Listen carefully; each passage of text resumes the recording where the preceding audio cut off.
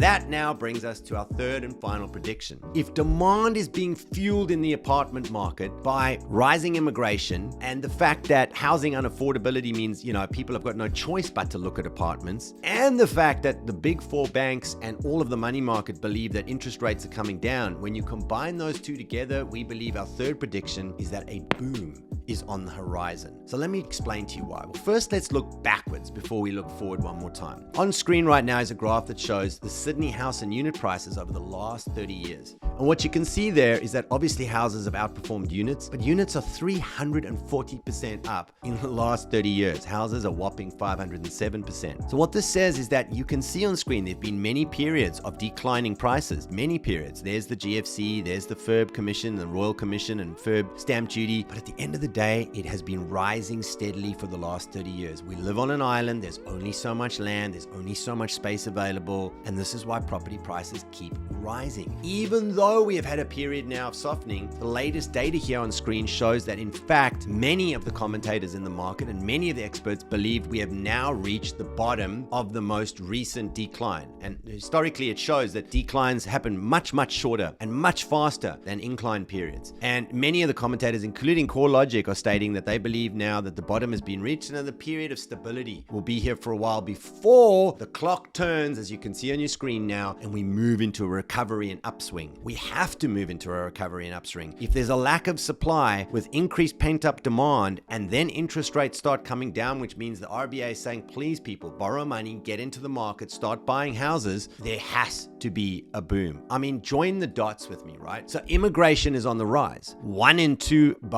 of those immigrants are looking to live or rent in an apartment. So demand for apartments are going to increase from the owner-occupier market, because they're going to increase from the owner-occupier market through immigrants, as well as the fact that because house prices went up so much in COVID, people just can't afford, and with such a steep interest rate rise, people don't have the borrowing capacity anymore. What you may have been able to borrow in April last year at maybe $1 million, in May this year is around $700,000. That may have taken you from a 3-bedroom townhouse to a 3-bedroom apartment. So more demand for apartment from both immigrants and owner-occupiers. But because rents are going to keep rising because there's no supply, this in turn is going to do two things. One, it's going to push any first home buyer that might have been on the fence to say, well, do I want to pay exorbitant 20% increases in rentals, or do I want to go to mum and dad or friends and family and see if I can scrape a deposit together, get into the market and actually be paying less on my property than I am with my current rent? But also rising rents are going to mean rising rental yields. And that's going to make the apartment asset class even more attractive to investors who are looking for rising rental yields and the opportunity for capital gains, because if demand is going to be greater than supply for a number of years, that means upward pressure on prices, which means potential capital gains. This means that for the first time in a long time in the apartment market, we are seeing significant pent-up demand and opportunity across all three buyer types: the first-time buyer, the owner-occupier, and the investor. So if you're an investor and you're thinking, well, when is the best time to get into the property market? The best time to have gotten into the property market was 30 years ago. You'd be 340% up right now. The second best time is now. While the market is slowly coming off the base of a dip, it may dip a tiny bit further, but most people think this is about as far as it goes. Now's the time to get into the market. And hopefully, if you're an investor, take advantage of rising rental yields over the next couple of years, powered and fueled by rising immigration who look to apartments particularly for rentals, and of course, the opportunity for capital gains because there's just not enough stock.